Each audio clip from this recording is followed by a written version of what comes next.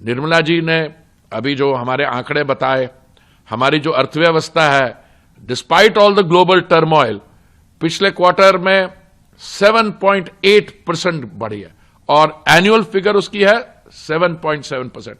सो देखिए, ये women led development का पाथ, और मुझे पूरी उम्मीद है, मुझे विश्वास है, जिस तरीके से पॉलिटिकल डेवलपमेंट्स हो रही हैं, जो हमें पॉलिटिकल सपोर्ट चाहिए होगी पिछले चुनाव के बाद हम मिलेगी, और ये जो हमारी जो legislation which is required before we can give effect to and implement women led development, वो आने वाले तरीके में हो जाएगी।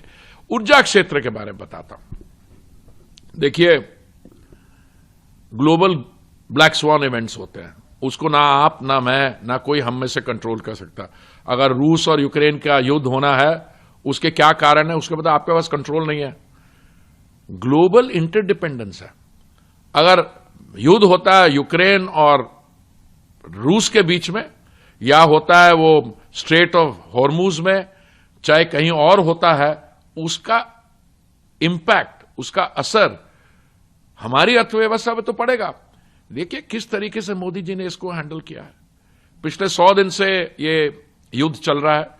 जहां तक मुझे याद है 28 फरवरी को इसकी शुरुआत हुई थी, पूरा मार्च का महीना, अप्रैल का महीना, मई का महीना, और आज 10 जून, तो 90 + 10, 100 दिन से ज्यादा हो गया दौरान। आप ये मान के चलिए, अब स्ट्रेन हुआ है। कई जगह लोगों ने इस अनसर्टेनिटी का, अरे कोई सप्लाईज डिसरप्ट, उसका फायदा उठाने की कोशिश की है। अगर डीजल और का कमर्शियल रेट और पर्सनल यूज के डीजल में अगर 40 रुपए लीटर का फर्क होगा, तो उसमें लोग कुछ डाइवर्शन भी करेंगे। बट ओवरऑल देश में 1 लाख से अधिक पेट्रोल पंप्स और डिस्पेंसिंग स्टेशंस हैं। जो हमारे पब्लिक सेक्टर के हैं 88,000, वहां तो कहीं बिकना बंद नहीं हुआ। बाकी एक प्राइवेट सेक्टर कंपनी, उनकी रिफाइनरी में कोई कमी थी, बाकी भी जो है, मैं उस पर एक टिप्पणी नहीं देना चाहूंगा। पर मैं आपको एक चीज बताता हूं, आप दुनिया भर में किसी और देश के साथ कंपेयर कर लीजिए, जापान के अलावा we have the lowest increase in petrol and diesel and gas prices in the world. और कैसे हुआ?